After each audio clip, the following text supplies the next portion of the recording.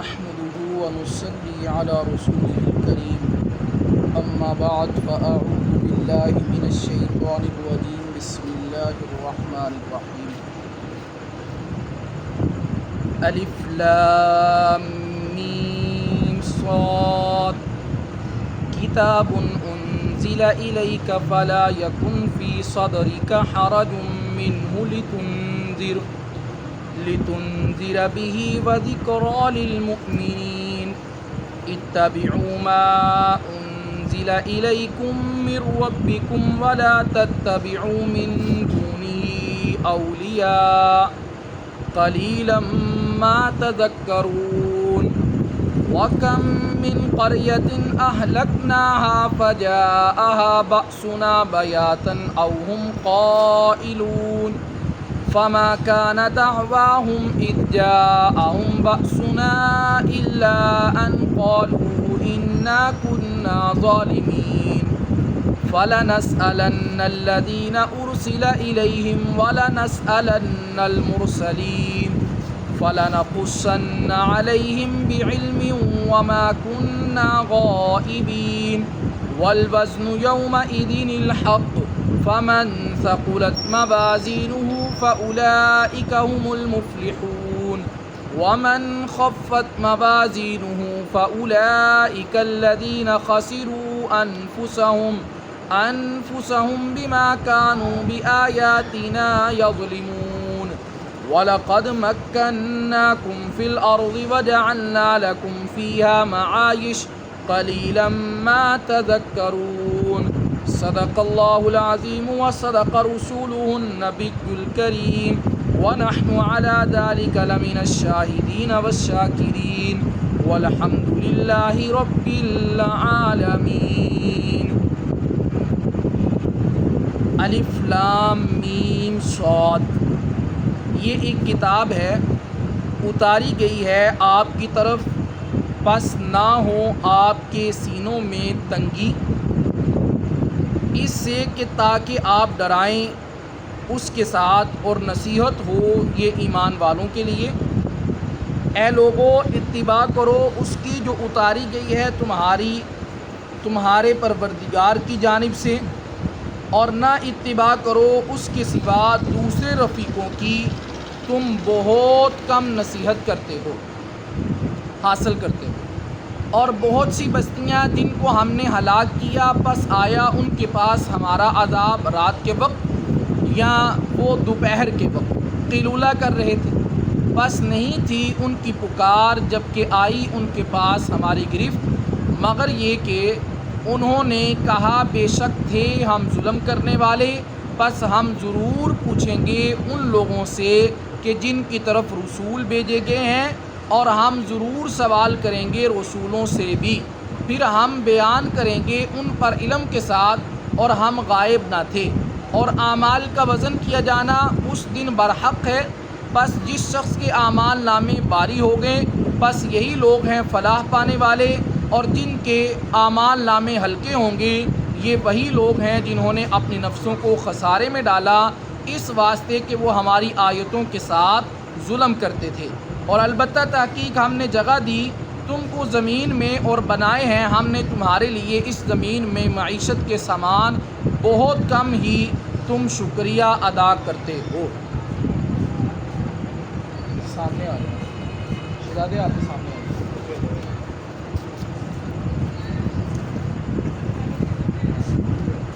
سامعین دی وقار سورۃ الاعراف کی پہلی چند آیات میں نے آپ احباب کے سامنے تلاوت کی اور ان کا ترجمہ بھی میں نے آپ کی سماعتوں کے نظر کیا قرآن مجید کی سورتوں کی جو ترتیب ہے ایک توقیفی ہے ایک نزولی ہے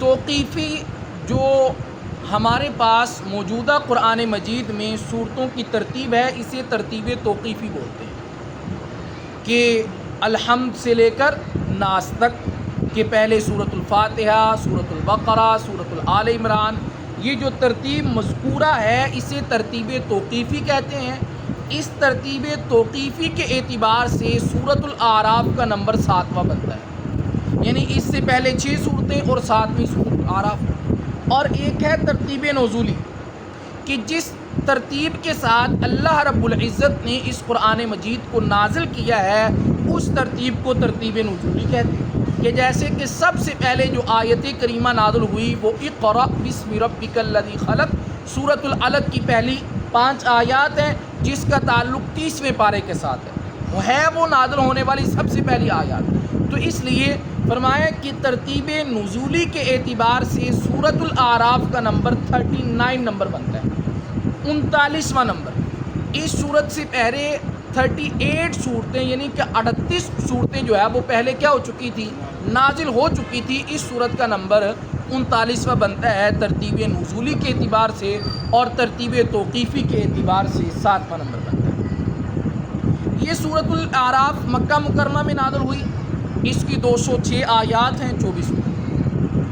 اس سورت مبارکہ کا جو آغاز ہے وہ الف لام میم صاد سے ہو رہا ہے، جنہیں حروف مقطعات کہا جاتا ہے، اور قرآن مجید کی 114 صورتوں میں سے 29 صورتیں ایسی ہیں جن کا آغاز حروف مقطعات سے ہوتا ہے۔ اب حروف مقطعات کے حوالے سے 3 طرح کی آراء پائی جاتی ہیں۔ پہلی آراء یہ ہے، پہلا قول مفسرین اکرام کا یہ ہے کہ یہ حروف مقطعات وہ حروف ہیں جن کا معانی و مطلب اللہ کے علاوہ کسی کو نہیں پتہ، اللہ جانتے ہیں۔ دوسرا قول، دوسری رائے مفسرین اکرام کی یہ ہے کہ بھئی اللہ رب العزت نے اپنے محبوب پیغمبر کو ان حروف کا جو معنی ہے، مفہوم ہے، مطلب ہے، ترجمہ و تشریح ہے، تفصیل ہے، وہ اللہ رب العزت نے حضور صلی اللہ علیہ وسلم کو بتائی ہے، بطور راز بتائی ہے، بطور امانت بتائی ہے، حضور نے آگے اپنی امت میں سے کسی کو نہیں بتائی۔ تیسرا قول اس میں یہ ہے کہ یہ اللہ رب العزت کے نام ہے۔ اب جب یہ کہا جاتا ہے کہ یہ اللہ کے نام ہے تو کوئی یہ کہہ سکتا ہے کہ ہم نے قرآن مجید کے ابتدا کے اندر جو اللہ رب العزت کے 99 نام لکھے ہوتے ہیں، 99 نام لکھے ہوتے ہیں، ان میں تو الف لام میم نہیں دیکھا، ان میں تو الف لام را نہیں دیکھا، ان میں تو الف لام میم صاد نہیں دیکھا، قاف طا یہ سب کچھ نہیں دیکھا۔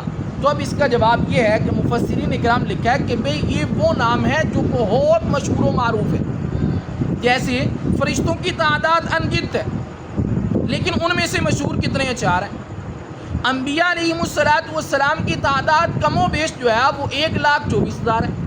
اب ان میں سے 25 کے قریب یا 27 کے قریب انبیاء کا تذکرہ قرآن مجید میں آتا ہے، باقیوں کا آتا ہی نہیں۔ اور جو اہل علم ہیں ان کو نام اگر آتے بھی ہوں گے تو زیادہ سے زیادہ کتنے آتے ہوں گے؟ 25 سے 50 لگا لو، 50 سے 65 لگا لو، اتنے آتے، باقیوں کے تو نام ہی۔ اب اس کا یہ مطلب نہیں ہے کہ باقی ہے ہی نہیں۔ تو اسی طرح فرمایا کہ بھئی جو احادیث کتب سے اللہ رب العزت کے نام ثابت شدہ ہیں ان کی تعداد 5000 کے قریب ہے۔ یہ بات امام اہل سنت حضرت مولانا سرفراز خان صاحب رحمۃ اللہ علیہ نے یہ بات لکھی، اور فرمایا کہ اب یہ اللہ کے نام کیسے ہوئے؟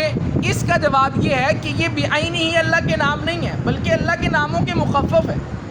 جیسے ہمارے ہاں بہت سارا آج کے دور میں جو بڑا نام ہوتا ہے اس کو شارٹ کٹ کر کے اس کا مخفف رکھ دیا جاتا ہے۔ جیسے ہمارے ہاں جتنی بھی تنظیمات ہیں، جتنے بھی جو بڑی بڑی جماعتیں ہیں، ان کا ایک ایک شارٹ کٹ کیا ہے؟ مخفف رکھا ہوا ہے، شارٹ کٹ نام۔ تو فرمایا کہ الف اس سے مراد اللہ ہے جو اللہ کا اپنا ذاتی نام ہے، لام سے مراد لطیف ہے جو اللہ کا صفاتی نام ہے، میم سے مراد مالک ہے، صاد سے مراد صبور ہے، یہ بھی اللہ کی صفاتی ناموں میں سے ایک نام ہے۔ تو بہرحال فرمایا کہ الف لام میم صاد، اس کا ترجمہ بھی ہم یہی کریں گے کہ الف لام میم صاد، اور اپنے دل میں یہ بات رکھیں گے کہ اس کا جو بھی معنی و مطلب ہے وہ برحق ہے۔ ہم ان حروف کو اس قرآن کا کیا مانتے ہیں؟ حصہ مانتے ہیں، جز مانتے ہیں۔ فرمایا کتاب انزل الیک فلا یکن فی صدرک حرج منہ لتنذر بہ وذکریٰ للمؤمنین، یہ ایک کتاب ہے، اتاری گئی ہے آپ کی طرف، بس نہ ہو آپ کے سینے میں حرجن، کوئی حرج، کوئی تنگی، منہ اس کتاب کے بارے میں، لتنذر بہ، اور آپ اس کتاب کے ذریعے سے ڈرائیں، وذکریٰ للمؤمنین، اور نصیحت ہو یہ ایمان والوں کے لیے۔ اور یہ کتاب کن لوگوں کے لیے نصیحت ہے؟ ایمان والوں کے لیے۔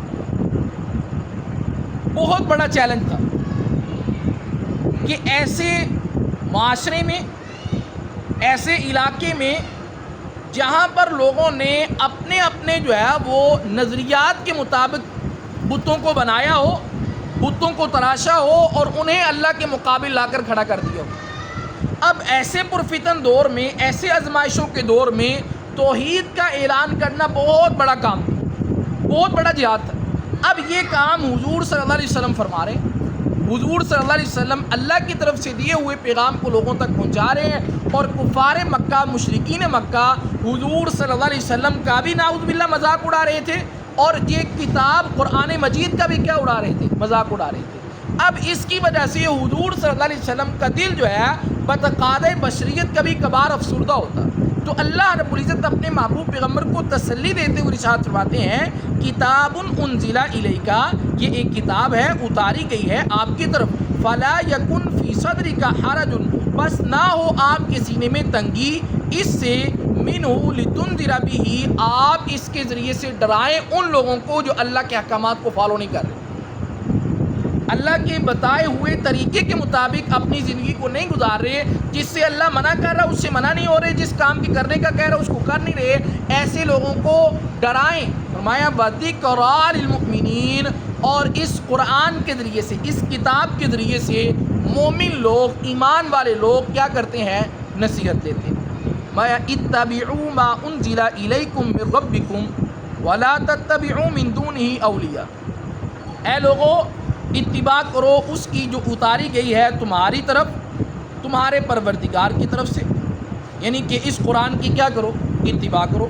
وَلَا تَتَّبِعُوا مِن دُونِهِ أَوْلِيَاءَ، اور فرمایا کہ نہ اتباع کرو اس کے علاوہ دوسرے رفیق، اس قرآن کے ہوتے ہوئے یا رسول اللہ صلی اللہ علیہ وسلم کے ہوتے ہوئے کسی اور شخصیت کو فالو کر کے کامیابی نہیں مل سکتی۔ اس قرآن کے ہوتے ہوئے کسی اور کتاب کو، چاہے وہ موسیٰ علیہ السلام پر نازل ہونے والی تورات ہی کیوں نہ ہو، چاہے وہ عیسیٰ علیہ السلام پر نازل ہونے والی انجیل ہی کیوں نہ ہو، چاہے وہ داؤد علیہ السلام پر نازل ہونے والی زبور ہی کیوں نہ ہو، اس قرآن کے ہوتے ہوئے کسی اور کتاب کی ضرورت نہیں ہے۔ اگر کوئی کسی اور کتاب کو اختیار کرے گا، اس سے نصیحت حاصل کرے گا، تو نہ وہ دنیا میں کامیاب ہو سکتا ہے، نہ وہ آخرت میں کامیاب ہو سکتا ہے۔ اور جو بندہ رسول اللہ صلی اللہ علیہ وسلم کی زندگی سے ہٹ کر کسی اور کی زندگی کو اپنائے گا، اپنے لیے نمونہ بنائے گا، وہ بھی نہ اس دنیا میں کامیاب ہو سکتا ہے، نہ ہی آخرت میں کامیاب ہو سکتا ہے۔ فرمایا قلیلا ما تذکرون، فرمایا کہ بہت کم لوگ ہیں جو کیا کرتے ہیں؟ نصیحت حاصل کرتے ہیں۔ وَكَم مِّن قَرْيَةٍ أَهْلَكْنَاهَا فَجَاءَهَا بَأْسُنَا بَيَاتًا أَوْ هُمْ قَائِلُونَ، بہت سی بستیاں جن کو ہم نے ہلاک کیا، پس آیا ان کے پاس ہمارا عذاب بیاتن، رات کے وقت، او ہم قائلون، یا وہ دوپہر کے وقت قیلولہ کر رہے تھے، دن میں بھی آیا اور رات میں بھی آیا۔ اور اکثر و بیشتر فرمایا کہ اللہ رب العزت کے عذابات اس وقت آتے ہیں جب اللہ کے وہ بندے جو نافرمان ہیں وہ اپنی مستیوں کے اندر کیا ہوتے ہیں؟ مگن ہوتے ہیں، کہ بڑے پرسکون جو ہے وہ کیا کر رہے ہیں؟ رات کو سو رہے ہیں، اللہ رب العزت نے ساری کی ساری بستی کو کیا کر دیا؟ ہلاک کر دیا۔ تو اب فرمایا کہ جیسے کئی واقعات ایسے قرآن مجید میں مذکور ہیں جن میں یہ اس بات کا تذکرہ ہے کہ اللہ رب العزت نے پوری کی پوری بستیوں کو کیا کیا؟ ہلاک کیا۔ ٹڈی دل کا عذاب آیا، خون کا عذاب آیا، اللہ رب العزت نے پوری کی پوری بستی کو اٹھایا، نیچے پٹخ دیا، بارش کے ذریعے سے نیچے سے بھی پانی آیا، اوپر سے بہت سارے واقعات جو ہے وہ مجھے اور آپ کو مل جائیں گے۔ اب یہاں پر قیلولہ لفظ ہے، اس کی وجہ سے ایک عمل آپ صلی اللہ علیہ وسلم کا آپ کے سامنے رد کر دیتا ہوں کہ رسول اللہ صلی اللہ علیہ وسلم کی عادت شریفہ تھی، سنت مبارک یہ ہے کہ دوپہر کے وقت کیا کیا جائے؟ قیلولہ کیا جائے، اور قیلولہ ظہر سے پہلے چند گھڑی کیا کرنا ہوتا ہے؟ آرام کرنا ہوتا ہے۔ یہاں تک کہ علماء نے لکھا ہے کہ اگر 10 منٹ بھی کوئی سو جاتا ہے تو وہ بھی کیا کہلاتا ہے؟ قیلولہ ہی کہلاتا ہے۔ اور جو بندہ قیلولہ کو سنت سمجھتے ہوئے کرتا ہے، یقین جانیے کہ اس کے سارے دن کی جو تھکاوٹ ہوتی ہے نا، وہ اللہ رب العزت کیا کر دیتے ہیں؟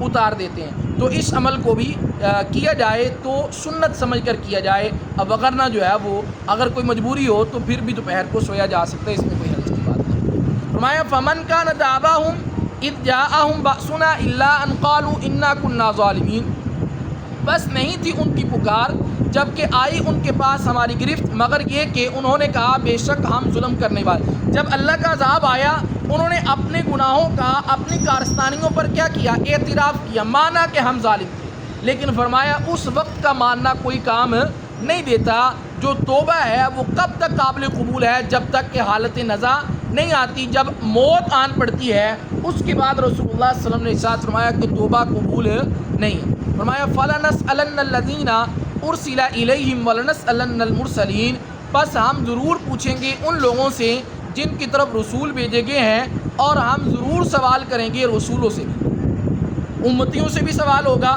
اور رسولوں سے بھی سوال ہوگا۔ امتیوں سے یہ سوال ہوگا، اللہ رب العزت نے دوسرے مقام پر ارشاد فرمایا کہ ہاں بھئی ہم نے آپ کی طرف کن کو بھیجا تھا؟ انبیاء رسول کو بھیجا تھا، انہوں نے تمہاری طرف پیغام کو پہنچایا، تم نے اس پیغام کے جواب میں کیا جواب دیا؟ ان کے پیغام دینے کے بعد تم نے کیا جواب دیا؟ اور اسی طرح رسولوں سے بھی یہی سوال ہوگا کہ بھئی ہم نے تمہیں پیغام دیا تھا، ہم نے تمہیں ایک کاج دیا تھا، مشن دیا تھا، جب تم نے اس کو اپنی امت تک پہنچایا تو تمہاری امت نے اس کے بدلے میں تمہیں کیا جواب دیا؟ تو فرمایا کہ جیسے رسول اللہ صلی اللہ علیہ وسلم نے حجۃ الوداع کے موقع پر ارشاد فرمایا، اے میرے صحابہ بتاؤ جو اللہ رب العزت نے مجھے ذمہ داری عطا فرمائی تھی، جو پیغام مجھے دیا تھا، کیا میں نے وہ تم تک پہنچا دیا؟ فرمایا سارے کے سارے صحابہ کرام نے بیک زبان ہو کر کہا یا رسول اللہ صلی اللہ علیہ وسلم آپ نے پہنچائے نہیں بلکہ پہنچانے کا کیا کر دیا؟ حق ادا کر دیا۔ اور رسول اللہ صلی اللہ علیہ وسلم نے آسمان کی طرف نگاہ ڈالی اور انگلی اٹھا کر کہا یا رب العالمین آپ اس بات پر کیا رہنا؟ گواہ رہنا۔ اور پھر اپنے صحابہ کرام کو مخاطب کر کے ارشاد فرمایا کہ اب تمہارا یہ حق ہے کہ تم غائبین تک اس پیغام کو کیا کر دو؟ پہنچا دو۔ تو فرمایا کہ امتیوں سے بھی سوال ہوگا اور رسولوں سے بھی کیا ہوگا؟ سوال ہوگا۔ فَلَنَقُصَّنَّ عَلَيْهِمْ بِعِلْمٍ وَمَا كُنَّا غَائِبِينَ، پھر ہم بیان کریں گے ان پر علم کے ساتھ اور ہم غائب نہ تھے۔ کوئی بھی ایسا معاملہ نہیں تھا، کوئی بھی ایسا امر نہیں تھا جو اللہ رب العزت کی نظر میں نہ آیا ہو، جو اللہ رب العزت کے علم میں نہ ہو، جس سے اللہ رب العزت باخبر نہ ہو۔ ہر کام سے اللہ رب العزت کیا ہیں؟ باخبر ہیں، جاننے والے ہیں۔ فرمایا وَالْوَزْنُ يَوْمَئِذٍ الْحَقُّ فَمَنْ ثَقُلَتْ مَوَازِينُهُ فَأُولَئِكَ هُمُ الْمُفْلِحُونَ، اور اعمال کا وزن کیا جانا اس دن برحق ہے، بس جس شخص کے اعمال نامے باری ہوں گے فَأُولَئِكَ هُمُ الْمُفْلِحُونَ، بس یہی لوگ ہیں جو کیا پانے والے ہیں؟ فلاح پانے والے ہیں، کامیاب ہونے والے ہیں۔ وَمَنْ خَفَّتْ مَوَازِينُهُ، اور جس کے اعمال نامے ہلکے ہوں گے فَأُولَئِكَ الَّذِينَ خَسِرُوا، بس یہی وہ لوگ ہیں جنہوں نے اپنے نفسوں کو کیا کیا؟ خسارے میں ڈالا۔ بِمَا كَانُوا بِآيَاتِنَا يَظْلِمُونَ، اس واسطے کہ وہ ہماری آیتوں کے ساتھ کیا کرتے تھے؟ ظلم کرتے تھے۔ آج کے اس پرفتن دور میں کئی ایسے لوگ موجود ہیں جو یہ سوال کرتے ہیں، اعتراض کرتے ہیں کہ بھئی یہ کیسے ممکن ہے، یہ کیسے پاسبل ہے کہ اعمال جن کا وجود ہی نہیں، میں نے آ کر کسی کو سلام کیا، کسی نے میری سلام کا جواب دیا، 10 نیکیاں ملی، 20 ملی، 30 ملی، اب ان کا وجود ہی نہیں، ان کو تولا کیسے جائے گا؟ میں نے آپ نے مغرب کی نماز پڑھی، اب اس کا وجود ہی نہیں ہے، اس کو تولا کیسے جائے گا؟ میں اور آپ اس درس قرآن کے عظیم عمل میں شریک ہیں، قرآن پڑھ رہے ہیں، پڑھا رہے ہیں، سن رہے ہیں، سنا رہے ہیں، سمجھ رہے ہیں، سمجھا رہے ہیں، عظیم عمل ہے، اب اس کا وجود ہی نہیں ہے، اس کو تولا کیسے جائے گا؟ اب اس کے جواب عقلی طور پر اور نقلی طور پر آپ کے سامنے عرض کرتا ہوں۔ مفسرین کرام نے بڑی تفصیل کے ساتھ اس پر بحث کی۔ فرمایا کہ سب سے پہلی صورت تو یہ ہو سکتی ہے کہ اللہ رب العزت بندوں کے اعمال کو شکل دے دے، بندوں کے اعمال کو شکل دے دے، اور اس وجود کو، اس شکل کو اللہ رب العزت اپنے اعمال نامے والا جو ترازو بنایا ہوگا، انصاف والا، عدل والا، اس کے اندر کیا کریں؟ اس کو تول۔ اس کی دلیل کیا ہے؟ رسول اللہ صلی اللہ علیہ وسلم نے ارشاد فرمایا، صحیح مسلم میں روایت موجود ہے کہ سورۃ البقرہ اور سورۃ آل عمران، یہ دونوں صورتیں قیامت والے دن بادلوں کی صورت میں یا پرندوں کی جھنڈ کی صورت میں اللہ کے دربار میں حاضر ہوں گی اور اپنے پڑھنے والوں کے معاملے میں اللہ کے حضور کیا کریں گی؟ سفارش کریں گی۔ اللہ کے حضور کیا کریں گی؟ سفارش۔ اس سے اس بات کا علم ہوتا ہے کہ بھئی ہمارے اعمال کو اللہ رب العزت کیا عطا فرما دیں گے؟ وجود عطا فرما دیں گے، جو ہے وہ شکلیں عطا فرما دیں گے۔ دوسری روایت کہ رسول اللہ صلی اللہ علیہ وسلم ارشاد فرمایا کہ جب کوئی بندہ سبحان اللہ کہتا ہے، الحمدللہ کہتا ہے، اللہ اکبر کہتا ہے، اللہ اس کے بدلے میں جنت میں کس کو لگا دیتے ہیں؟ درخت کو لگا دیتے ہیں۔ تو بعد مفسرین کرام نے لکھا کہ یہ بھی ہو سکتا ہے کہ اللہ رب العزت قیامت والے دن میرے اور آپ کے اعمال کو کیا کر دیں؟ جو ہے وہ ایک شکل عطا فرما دیں، ایک وجود عطا فرما دیں، اس کو اللہ رب العزت کیا کریں؟ اعمال نامہ اس ترازو کے اندر۔ دوسرا فرمایا کہ ایسا بھی ہو سکتا ہے کہ اللہ رب العزت ہمارے اس ریکارڈ کو، ہمارے اس نامہ اعمال والے رجسٹر کو ہی کیا کریں؟ اس کا ہی وزن کریں۔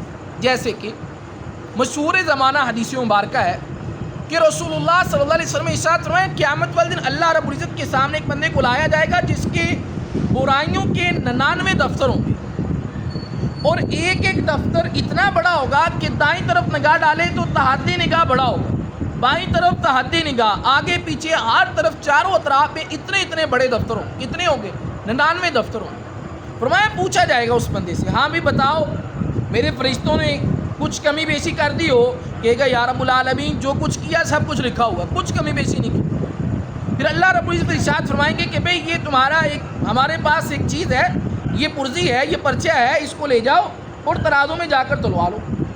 اب وہ بندہ ہے، اللہ رب العزت عرض کرے گا عاجزی اور انکساری کے ساتھ، یا الہ العالمین اتنے بڑے دفتر ہیں، ان کے مقابلے میں یہ پرچہ کیا کام کرے گا؟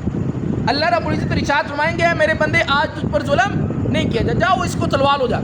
فرمایا کہ وہ بندہ ان 99 دفاتر کو اور اس ایک پرزے کو جب تلوانے کے لیے لے جائے گا، ایک پلڑے میں ان 99 دفاتر کو رکھا جائے گا، ایک پلڑے میں جو ہے وہ اس پرزے کو رکھا جائے گا، اس پرچے کو رکھا جائے گا۔ اس پرچے کے مقابلے میں 99 دفتر ہوا کے اندر کیا کرنا شروع ہو جائیں گے؟ اڑنا شروع ہو جائیں گے، اور وہ والا پلڑا کیا ہو جائے گا؟ بھاری ہو جائے گا۔ اب فرمایا کہ وہ بندہ عرض کرے گا یا الہ العالمین اس پرچے کے اندر ہے کیا؟ میں جب اس کو کھولا جائے گا، بعض روایات میں آتا ہے کہ لکھا ہوگا لا الہ الا اللہ محمد الرسول، اور بعد میں لکھا اشہد ان لا الہ الا اللہ وحدہ لا شریک لہ واشہد ان محمد عبدہ ورسولہ۔ تو اب جو ہے وہ ہمارا رجسٹر بھی کیا ہوگا؟ ہو سکتا ہے کہ وہاں پر اللہ رب العزت یہ ترتیب بنا لے، ٹھیک ہے۔ اب اس میں ایک جو ہے وہ اشکال آپ کا دور کر دیے دیتا ہوں، اللہ کرے کہ آپ کے ذہن میں یہ اشکال نہ پیدا ہو، اگر ہوا ہے تو اس کو کیا ہم میں سے کسی کے ذہن میں یہ نہ آئے کہ بھئی کسی نے کلمہ پڑھ لیا تو وہ بس جائے گا۔ محدثین کرام لکھا کہ یہ اس کی بات ہے جس نے ساری عمر کس پہ گزاری؟ کفر پر گزاری۔ مرنے سے پہلے اس نے کیا پڑھا؟ کلمہ پڑھا۔ قرآن کہتا ہے کہ جو کافر تھا مسلمان ہوا، اس کے پچھلے سارے کے سارے گناہوں کو اللہ کیا فرما دیتا ہے؟ معاف فرما دیتا ہے۔ اب اس نے جو ہے وہ کلمہ پڑھا، مسلمان ہوا، مسلمان ہونے کے بعد اللہ نے اس کو مہلت نہ دی، یہ نیکیاں نہ کر سکا، یہ اس کی بات ہے۔ اور جو بندہ مسلمان ہے اور اپنی کمیوں کوتاہیوں کی وجہ سے، سستیوں کی وجہ سے، نالائکیوں کی وجہ سے اعمال حسنہ نہیں کرتا، قیامت والے دن اپنے ان گناہوں کی سزا کو بھگت کر کہاں جائے گا؟ جنت میں جائے گا۔ تیسرا مفسرین اکرام نے اس کا یہ جواب دیا کہ بندے کو ہی اللہ رب العزت کیا کریں گے؟ اس ترازو کے اندر تولے گا۔ اب اس کی دلیل بھی حدیث مبارکہ مسند احمد کے اندر روایت موجود ہے کہ حضرت عبداللہ ابن عباس رضی اللہ تعالیٰ عنہ کمزور آدمی تھے، اور ان کی پنڈلیاں جو ہے وہ ایک دفعہ ایسا ہوا کہ بیٹھے ہوئے تھے، ان کی پنڈلیاں جو ہے وہ نظر آ گئیں۔ صحابہ کرام نے دیکھ کر جو ہے وہ ہنس پڑے۔ حضور صلی اللہ علیہ وسلم نے دیکھا اور حضور صلی اللہ علیہ وسلم نے ارشاد فرمایا کہ ان کمزور پنڈلیوں کی طرف نہ دیکھو، قیامت والے دن ترازو کے اندر ان کا بہت زیادہ کیا ہوگا؟ وزن ہوگا۔ اس حدیث مبارکہ کی روح سے بعض مفسرین اکرام لیا کہ بھئی یہ بھی ہو سکتا ہے کہ اللہ رب العزت پورے کے پورے بندے کو ہی کیا کر لیں؟ ترازو کے اندر تول لیں۔ اور اس کے علاوہ عقلی طور پر جو ہے وہ اس کا جواب یہ ہے کہ بھئی آج انسان نے اتنی محنت کی، اتنی ٹیکنالوجی کا استعمال کیا کہ آج ہمارے بخار کا بھی کیا کیا جاتا ہے؟ اس کو بھی ماپ لیا جاتا ہے تھرمامیٹر کے ذریعے۔ ہماری گرمی اور سردی کو بھی کیا کیا جاتا ہے؟ ماپ لیا جاتا ہے۔ اس کی درجہ حرارت کو، اس کی ٹھنڈک کو ڈگری کے ساتھ جو ہے وہ اس طرح، اور اسی طرح ہوا کو بھی جو ہے وہ کیا کیا جاتا ہے، اس کا بھی وزن کیا جا رہا ہے کہ بھئی ہم جب اپنی موٹر سائیکل کے اندر، گاڑی کے اندر ہوا بھرواتے ہیں تو کہتے ہیں بھئی اتنی پاؤنڈ کر دو، اتنی پاؤنڈ نکال دو. تو آج اگر انسان نے محنت کی تو جن کا وجود نہیں ہے ان کو ماپنے کے لیے، ان کا وزن کرنے کے لیے آلات بنا لیے. اللہ رب العزت تو قادر مطلق ہے، اس رب کو کیا مشکل ہے کہ وہ رب جو ہے وہ میرے اور آپ کے اعمال کو تولنے کے لیے کوئی کیا کر دے، کوئی اللہ رب العزت کوئی ذریعہ بنا لے. اور اس کے علاوہ میں عقلی طور پر ایک اور چیز کہہ دیتا ہوں کہ اس میں انصاف زیادہ ہے. اس میں کیا ہے، اعمال کا وزن کرنے میں. مثال کے طور پر میرے اور حاجی مبارک صاحب کے جو اعمال ہیں، میرے اعمال اللہ نہ کرے اعداد و شمار کے اعتبار سے 1 لاکھ ہے، اور حاجی صاحب کے اعداد و شمار کے اعتبار سے 50,000 ہے، 60,000 ہے. اب میرے اعداد و شمار کے اعتبار سے زیادہ ہے، ان کے کم ہے، لیکن ایسا پوسیبل ہے کہ انہوں نے جو اعمال کیے ہیں ان کے اندر اتنا اخلاص ہو، اتنی نیت کی جو ہے وہ درستگی ہو، اتنا رضا الہی کی خاطر کیے ہوں کہ میرے 1 لاکھ کے مقابلے میں ان کے 50-60 ہزار کیا ہو جائے، زیادہ ہو جائے. تو اس لیے عقلی طور پر بھی انصاف زیادہ اسی میں ہے کہ بندوں کے اعمال کو کاؤنٹ نہ کیا جائے بلکہ کیا کیا جائے، ان کا وزن کیا جائے.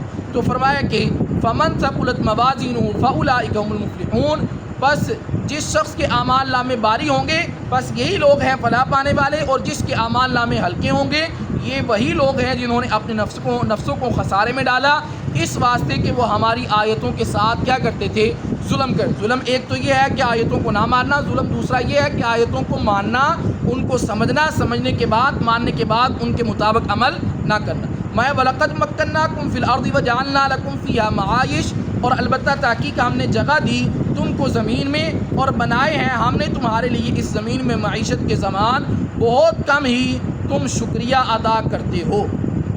اللہ رب العزت نے ہماری اس زمین کے ساتھ، ہماری معیشت کے کئی اسباب کے ساتھ جو معاملات ہیں ان کو کیا کیا ہے، جوڑا ہے. لیکن فرمایا اس کے باوجود بھی بہت تھوڑے لوگ ایسے ہیں جو کیا کرتے ہیں، شکر ادا کرتے ہیں. اللہ تبارک و تعالیٰ سے دعا ہے کہ اللہ تبارک و تعالیٰ جو کچھ کہا گیا ہے، سنا گیا ہے، سمجھنے کے بعد عمل کرنے کی توفیق عطا فرمائے. الحمد للہ رب العالمین والعاقبۃ للمتقین والصلاة والسلام علی سید الانبیاء والمرسلین والحمد للہ رب العالمین. اللہم صلی علی محمد النبی الأمی وعلی آلہ وسلم تسلیما. یا الہ العالمین، ہماری نماز مغرب کو، اس عظیم عمل کو اپنی بارگاہ میں قبول منظور فرما. یا الہ العالمین، کہنے سننے میں جو کمی کوتاہی ہو گئی، نماز پڑھنے پڑھانے میں جو کمی کوتاہی ہو گئی ہو، یا الہ العالمین ہم بندے ہیں، تو ہمارا رب ہے، خالق ہے، مالک ہے، رازق ہے. یا الہ العالمین اپنے کرم اور فضل کے ساتھ ساری کی ساری کمی کوتاہیوں کو معاف فرما، اپنی شان کے مطابق ہم سب کو اس پر اجر عظیم عطا فرما. یا الہ العالمین بیماروں کو صحت عطا فرما.